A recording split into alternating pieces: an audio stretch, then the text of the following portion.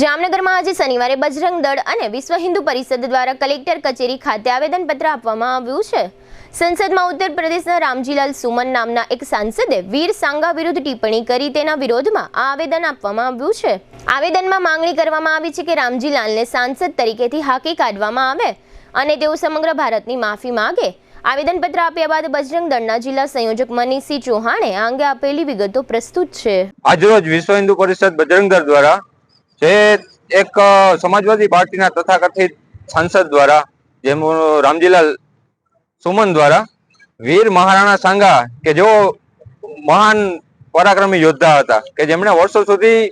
બહારના વિધર્મી આક્રમણકારીઓ સામે લડી અને દેશનું રક્ષણ કરેલ છે, તેની ઉપર અભદ્ર ભાષામાં ટિપ્પણી કરી અને એક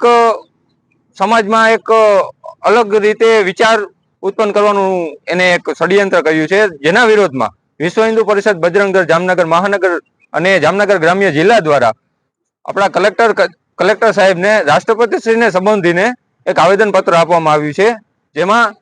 જનાક્રોશ સાથે બજરંગ દળ તેમને તેમના અત્યારના પદ ઉપરથી નિષ્કાસિત કરવામાં આવે અને તેની ઉપર કાર્યવાહી કરવામાં આવે, જેથી આવું બીજી વખત બીજા કોઈ સાંસદ કે બીજા કોઈ એવા કોઈ મહાન મોટા વ્યક્તિઓ દ્વારા કે આ પ્રકારનું કોઈ બયાન ન આપવામાં આવે અને સમગ્ર દેશની લાગણી દુભાઈ નહીં।